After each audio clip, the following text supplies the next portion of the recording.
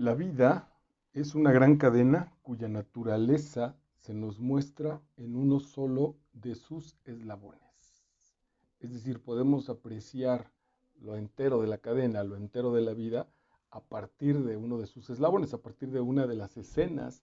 Los escritos místicos más profundos hablan de que en este momento, esta transmisión que estás recibiendo, esta transmisión que estoy haciendo en YouTube, aquí mismo, en esta realidad, en este contexto psicobiológico que me rodea, está puesta toda la información espiritual que en dado caso mi alma necesitara reconocer. Aquí está. Lo que sucede es que no lo podemos ver. Por eso, en este texto espléndido, con esta cita mística, aunque el texto como tal no lo es, dice entonces, la vida es una gran cadena cuya entera naturaleza se nos muestra en uno solo de sus eslabones. El asunto es que hay que saber observar, hay que saber reconocer, hay que aceptar lo que está puesto en ese eslabón para entonces poder determinar la cadena de toda una vida, de toda la existencia. Eh, esta apertura pertenece a la espléndida novela La letra escarlata de Arthur Conan Doyle. Arthur Conan Doyle es muy famoso en la literatura porque es el creador de Sherlock Holmes. Sherlock Holmes, bueno, Hollywood lo ha trabajado y lo ha potenciado y etcétera, pero es una espléndida fuente de relatos de muchísimo interés. Me preguntan mucho sobre qué tipo de literatura dar, por ejemplo, a los niños más avanzados o a los jóvenes que están interesados en la literatura. Los textos de Arthur Conan Doyle me parece que son un elemento fundamental, que pueden ayudar muchísimo porque son muy interesantes, están muy bien escritos, sin ningún adorno extra, pero son muy finos en realidad, muy sencillos de seguir en la trama y en las aventuras, son verdaderamente divertidos y me parece que pueden hacer justo el salto entre estar leyendo casi cualquier cosa por empezar, un poco que nos distraiga, que sea muy divertido, a costa incluso como de situaciones de mayor calidad o de mayor peso literario. Y Conan Doyle tiene esa característica de poder hacer ese salto, de empezar a dar el paso a una literatura, ay, no me gusta usar estos adjetivos, pero bueno, más profunda, más bien hecha, más profesional, más estructurada, etcétera, etcétera, ¿no? A lo que podemos llamar la buena literatura. Y como muestra justo este enunciado con el que abre, no son textos místicos ni mucho menos, al contrario son las aventuras, en este caso como tal, de el buen Sherlock Holmes y su ayudante Watson a descubrir situaciones policíacas, a encontrar a partir, bueno, hay una maestría en el mismo personaje porque es a partir de relaciones, de situaciones aparentemente simples como las uñas o cómo se coloca alguien una gorra, el parado de una persona, su actitud vital en determinada situación, incluso relativamente sencilla, simple en la vida, Holmes establece cómo lo que nos dice, con este eslabón puede empezar a ver toda la trayectoria de la vida como tal y en ese sentido, bueno, pues de descubrir el misterio del caso policíaco al cual se está enfrentando.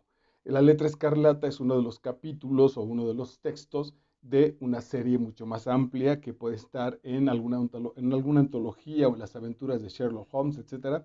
Y en este canal tenemos esa meta, acercarte de manera sencilla a la buena literatura. Este sería un ejemplo, una situación muy, muy sencilla de asumir para pasar, como te digo, a las buenas letras, a la buena literatura. Arthur Conan Doyle nació el 22 de mayo de 1859 en Edimburgo, en el Reino Unido, y falleció en el Reino Unido el 7 de julio de 1930. Escribió ensayos, hizo periodismo, estas novelas, el personaje de Sherlock Holmes tiene teatro, etcétera, de muy alta calidad, sin duda es un gran autor, por lo tanto es un clásico y vale la pena acercarnos. Es complicado, particularmente en este caso, narrarte el asunto de la letra escarlata, pues en tanto que el detective está intentando descifrar el misterio que tiene enfrente, entonces todo lo demás sería adelantarte de manera burda la trama y ahorrarte, bueno, no ahorrarte, sino incluso hasta como echarte a perder la aventura de los descubrimientos que implica leer esta breve novela y interesante y divertida. Pero quiero destacar, amén de las citas como esta, libros como este que no pretenden generar esa especie de seguimiento mítico o seguimiento místico, cuando están bien escritos, algunos autores, algunos antropólogos hablan de que esa huella ya viene puesta en los artistas y viene puesta en los seres humanos, es decir, es una especie de firma, digamos, que ya está como sustancia de nuestra propia humanidad. Cuando se hacen bien las cosas, cuando se hacen de manera espontánea o abierta, aparece ya de sí esa situación, que es la que estamos trabajando, la que aparece aquí. Por eso, dice Doyle, a partir de este eslabón se puede encontrar la cadena de toda la vida, hay que saberlo observar. Lo que quiero decir es que no tiene una pretensión espiritual y sin embargo, como es honesto el texto, nosotros la podemos detectar. Podemos detectar en algunos pasajes este famoso camino del héroe, este famoso camino místico, que buscamos resaltar en este texto porque son los que al final de cuentas resultan los más profundos para nuestra esencia humana. Entonces, amén de compartirte 4 o 5 notas que tomé del texto, eh, en particular a mí me sorprendió hace muchísimo. Cuando era muy joven leí Aventuras de Sherlock Holmes y me encantaron. Y por lo mismo tenía el prejuicio de que era literatura para jóvenes, que era literatura relativamente incluso hasta infantil, y hasta ahora que volví a entrarle a este texto me quedé maravillado. Tiene una enorme maestría en la construcción, Arthur Conan Doyle. Por ponerte un ejemplo justo en abre con un asesinato. Alguien resultó asesinado en una recámara, en una sala, en el pasillo, por descuido de la policía o con toda intencionalidad por parte del asesino. No hay huellas, es decir, se complica el caso y literariamente lo manifiesta así, no es tan sencillo, hay muchas situaciones que han evitado, que han borrado las posibles evidencias de lo que pudiera estar pasando. Otro dato importante es que en este momento, en esta novela, en este pasaje, La letra escarlata, es donde Sherlock Holmes conoce a Watson. Aquí es donde se conocen y entonces Watson realmente incluso es el narrador de las aventuras, no es Holmes. Watson es el que es testigo y nos cuenta a los lectores la maravilla de persona y la manera maravillosa de resolver los distintos problemas que presentaba la resolución de los casos policíacos para este detective. Por lo tanto, esos casos policíacos tienen que ver también con la resolución de la vida.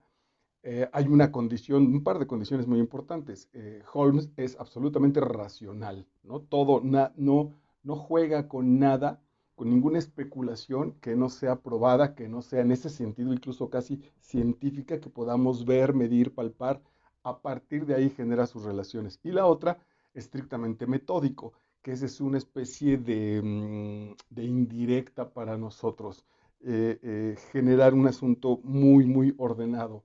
Por supuesto, esta es la maestría de la literatura de Conan Doyle, flexible para aceptar propuestas, flexible para el diálogo, flexible para las nuevas evidencias, flexible para escuchar y debatir las posibles teorías de Watson o de otras personas con respecto a lo que está sucediendo. Es decir, Holmes es un gran escucha, pero toda su metodología, todo su método para encontrar las soluciones de sus problemas vienen a partir de la razón, no hay pensamiento mágico. Si a esto entonces agregamos que está lleno de aventuras y de posibilidades, resulta verdaderamente muy agradable su lectura. Eh, entonces, en este primer cuadro, donde Holmes empieza a, mm, resuelve, digamos, la primera parte. Él dice, ok, aquí lo que sucedió fue tal y tal y tal y tal, y me parece que se cometió por tal persona. Casi estoy seguro de que eso pasó. Ahora, no sabemos, dice, cuál es el motivo, qué ocasionó esto. Aquí están los hechos, y la persona de este tamaño y le golpeó con esta manera, hizo tal, bla, bla, bla, bla, pero no sabemos el motivo interior, ¿no? El móvil de ese asesinato, el móvil de ese suceso. Ahí se queda, digamos, en un primer capítulo y después arranca, en mi texto no venía marcado como capítulo 1 y capítulo 2, simplemente ahí para y él hace punto y aparte me deja una hoja en blanco y en la siguiente arranca la descripción de una especie de campiña del viejo oeste americano, montañas, árboles, la temperatura, un tipo en una situación de contacto con un infante y a lo lejos las caravanas. Y entonces el brinco fue así de, es otro cuento, es otra novela, me fui al índice, lo revisé, no pasaba nada, estaba interesante también esta segunda situación, entonces me seguí en la lectura. Lo que te quiero decir es que abrió otro canal. Este lo dejó suspendido como en suspense, como buena investigación policíaca, lo dejó en suspense y abrió otro camino que empezó a contarme relativamente otras cosas y que no me daba de manera gratuita ningún elemento para ligarme con la narración anterior. De ahí que yo pensara que era otro cuento, otra narración. Aparentemente no tenía nada que ver y avanza 10, 12 páginas, me mete ya en la otra historia, arma otro cuestionamiento para resolver con otra cosa en realidad, porque acá no hay una situación policíaca ni nada, es una especie de narración de una aventura de unos tipos que se están cazando a campo abierto en esas praderas que te menciono. Cierra ese capítulo y solamente cuando se cierra, cuando con toda su sorpresa, con todas sus peripecias, de manera genial, pero hasta que se cierra, es donde yo me entero que tiene que ver con la primera. Es bellísima la manera en la que Doyle hace esta apuesta literaria. Insisto, te cuenta una historia, abre aparentemente, bueno, no aparentemente, abre otra que al principio pensemos que nos estamos desviando de la primera que se quedó inconclusa y avanza. Y ya que me tiene atrapado en esa segunda, me dice, hey, te voy a dar la solución de esta, pero tiene que ver con la anterior.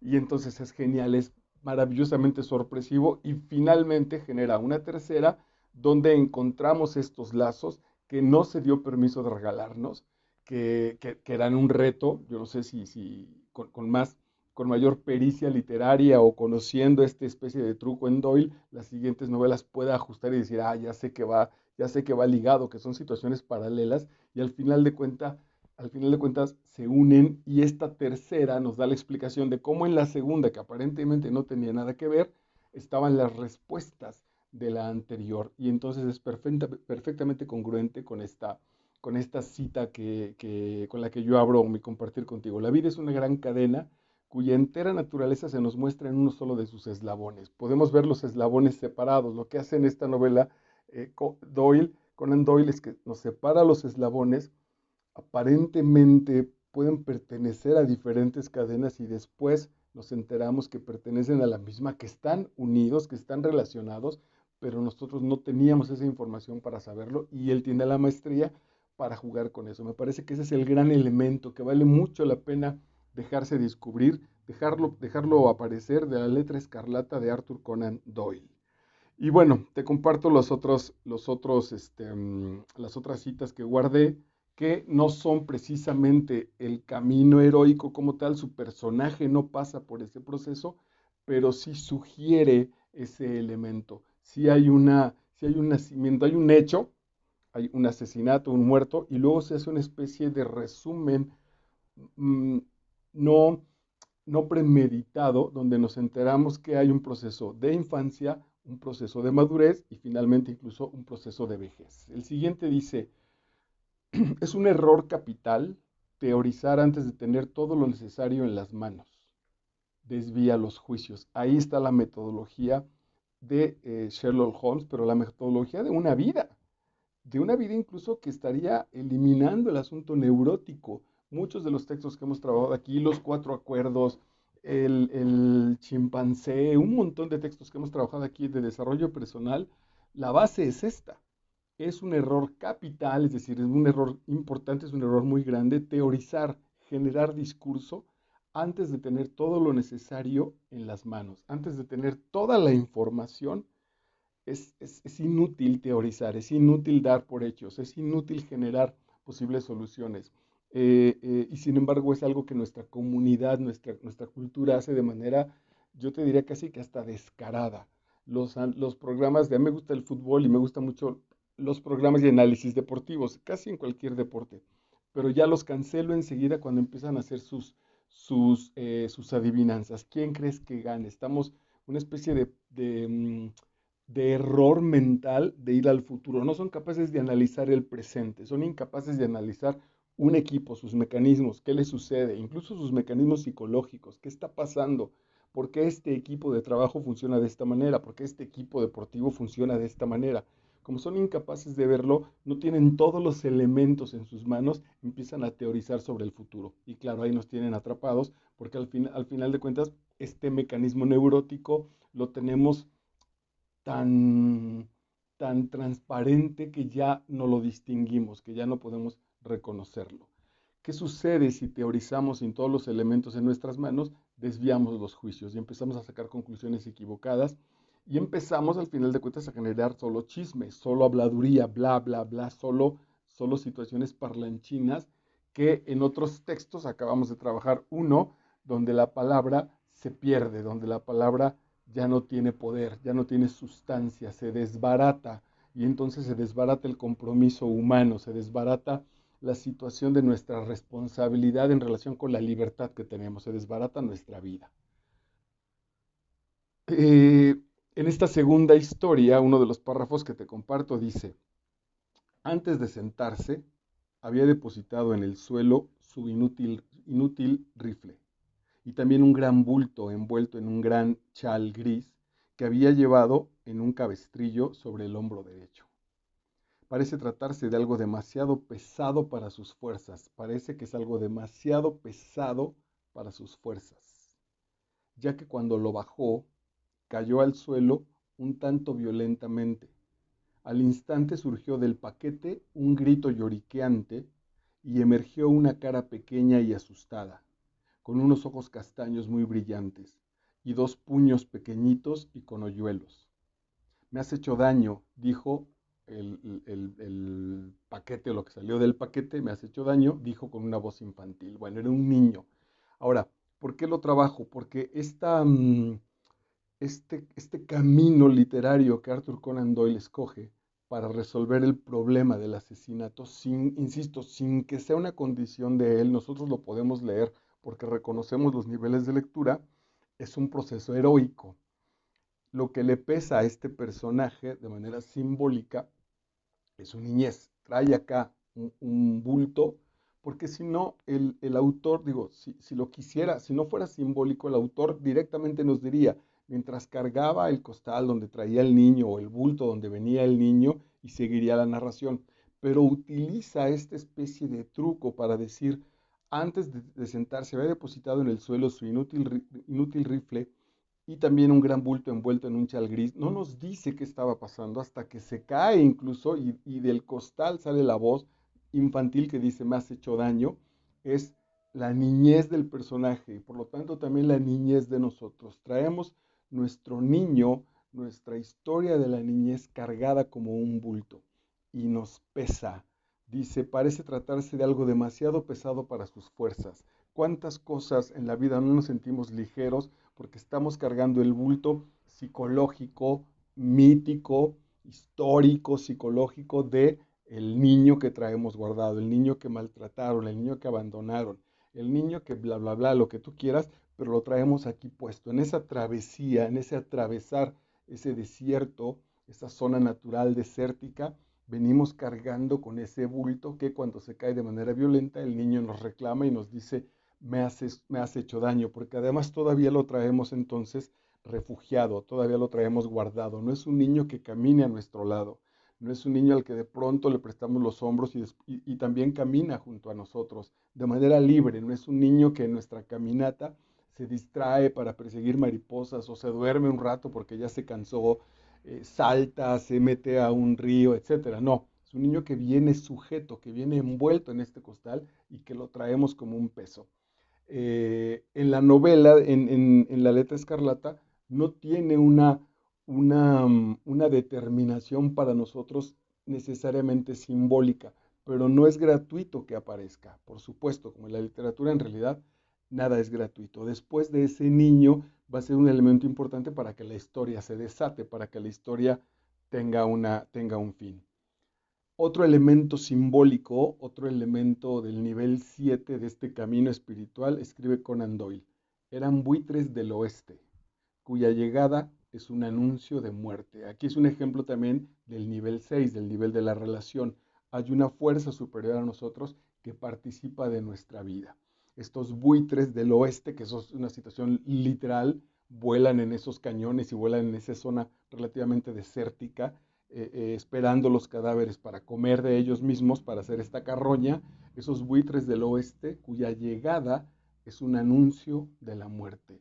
En la caminata, en la tentación infernal que implica caminar y atravesar el desierto, estos personajes empiezan a perder fuerzas y empiezan a presentir de manera temerosa, iba a decir de manera neurótica, pues en realidad sí, pero no es una neurosis de enfermedad, es una situación que está provocando que no he comido, que estoy muy cansado y empiezo a presentir la muerte de mi cuerpo y por lo tanto en este camino espiritual también me confundo y por eso el temor, pensando en que si muere mi cuerpo, muere mi espíritu, muero todo yo, cuando en realidad sabemos que eso no es cierto. Pues entonces, cuando el personaje ve estos buitres del oeste, él empieza a presentir la muerte y genera una tensión dramática que nos va a obligar a seguir leyendo con toda atención y con todo cuidado y sobre todo con todo interés de ver cómo se resuelve.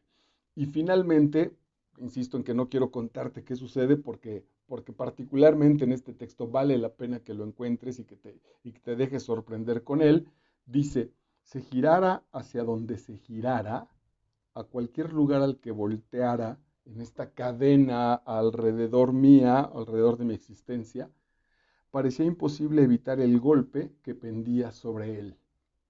Sin embargo, el anciano no se movió ningún instante de su resolución de perder la vida antes que consentir en lo que consideraba como el deshonor de su hija. Hay una situación ahí que le dicen, haz lo que te estamos pidiendo o vamos a matar o a violar a tu hija.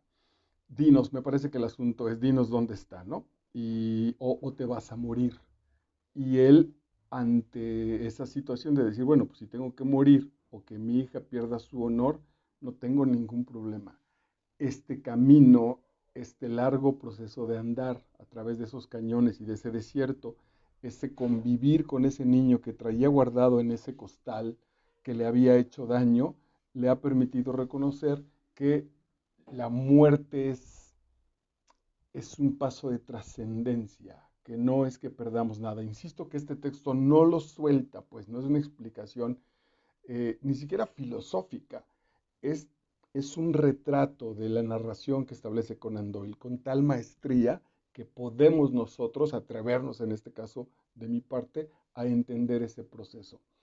¿Y qué es el final? Porque este es más o menos el cierre de esa historia, la letra escarlata. Después, como te decía, Holmes se encarga de amarrar todos los hilos y decirnos, ok, esto fue lo que pasó, este fue el desarrollo total de la historia que les estoy contando. Bueno, más bien, su ayudante Watson. La libertad del hombre. Se girara hacia donde se girara, parecía imposible evitar el golpe que pendía sobre él. Es decir, de todas maneras la muerte aparecerá por algún lado. Sin embargo, el anciano, es decir, volteó para acá y está la muerte, volteó para acá y viene el golpe, volteó para acá y aparece la muerte. Está rodeándome. Y entonces él, con su sabiduría que le ha dado el andar en la vida, dice, el anciano no se movió ni un instante de su resolución de perder la vida antes que consentir en lo que consideraba como el deshonor de su hijo. Va a dar la vida de su hija, va a dar la vida por lo que él cree. Y esa es una tremenda apuesta filosófica y mítica. La vida está rodeada por el elemento de la muerte. Cuando encontramos en términos mitológicos, en términos místicos, que la muerte no es el fin de la vida, sino es justo la contraparte que la completa, el paquete en realidad se debería llamar, es que el asunto es mientras vivimos morimos y mientras me acerco a mi muerte, lo que voy gastando, lo que va pasando es mi vida. Yo camino hacia la muerte, todos en realidad caminamos hacia la muerte, no importa la edad que tengamos, los trechos todavía pueden ser muy largos o muy cortos, pero todos desde que aparecimos en el mundo caminamos hacia la muerte. Sin embargo, si no avanzáramos hacia la muerte, no viviríamos. Es una condición sine qua non, es una condición necesaria, que para vivir hay que morir y que para morir hay que vivir. Esta segunda podríamos generarle un carácter psicológico.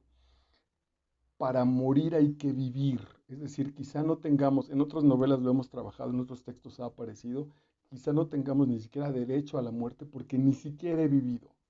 No le puedes tener miedo a la muerte si ni siquiera te has atrevido a vivir. Este hombre, este viejo, sabe, gracias a su proceso espiritual, mítico, interior, que le regaló la naturaleza, que le regaló este eslabón de la cadena que a él lo rodea, ni siquiera es que se fue a estudiar al Tíbet o que ha leído muchísimo, le aparece en la naturaleza y él ha sabido escuchar y ha sabido leer así de manera intuitiva, lo mismo que Holmes trabaja de manera racional, este hombre, este personaje, este viejo lo hace de manera intuitiva, pero resuelven el gran enigma. Ese es el fondo de la literatura de Sherlock Holmes. La parte superficial es que resuelvo los casos de muerte que enfrento, pero esos casos de muerte en realidad resuelvo los enigmas de mi vida, resuelvo los misterios de mi propia existencia.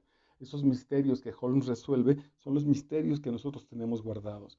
¿Qué es la libertad? ¿Hacia dónde vamos? ¿De dónde vengo? ¿Hacia dónde voy? ¿Qué es la trascendencia? ¿Para qué es la vida? ¿Soñamos? ¿Vivimos? Todo lo que se han preguntado los grandes personajes literarios, puestos de manera muy sencilla, cargados de aventura y con estas pinceladas que apenas y sugieren. Por eso me parece que es una gran lectura para, en general para todos, por supuesto, pero en particular para los jóvenes que empiezan a leer, porque de manera intuitiva hay algunas culturas, sobre todo orientales, que dicen, no importa que el joven no encuentre el mensaje, no encuentre la profundidad de la obra literaria como tal, basta con que la escuche, su interior, su inconsciente lo reconoce, su mente quizá todavía no, pero su inconsciente sabe de qué. Entonces no sabrá explicarnos por qué, pero resulta que le encanta la literatura de Conan Doyle, que le gusta este tipo de textos. Eso hace mágico, poderoso a un texto como La letra escarlata de Arthur Conan Doyle. Entonces,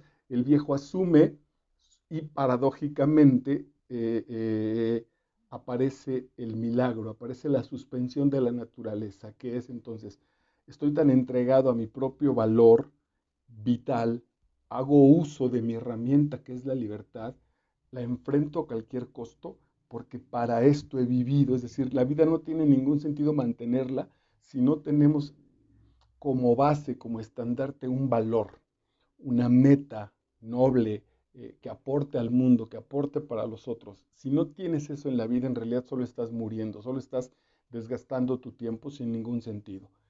Y entonces cuando él lo tiene, lo que recibe como premio es la vida. Va a morir de todas maneras, sin duda alguna, pero hablo de la vida plena, del momento que le dio sentido a su existencia, de lo que está escrito con letra escarlata, con letra de sangre, con letra vital. Maravilloso texto, La letra escarlata, Arthur Conan Doyle. De verdad, lo asumí como si fuera algo que no hubieras leído. Si ya lo leíste, espero que estos comentarios hagan sentido y regreses a la literatura de Conan Doyle y de el maravilloso Sherlock Holmes, más allá o más bien más acá de estas versiones hollywoodenses, relativamente heroicas, fantasiosas. Tiene un gran sustento el proceso literario de Conan Doyle con ese enorme personaje. Hoy es martes 7 de febrero, estamos del año 2023, estamos en Master Vidal en YouTube, yo soy Marco Vidal y espero aquí tus sugerencias para nuevas lecturas y tus comentarios. Nos encontramos en la próxima entrega. Chao.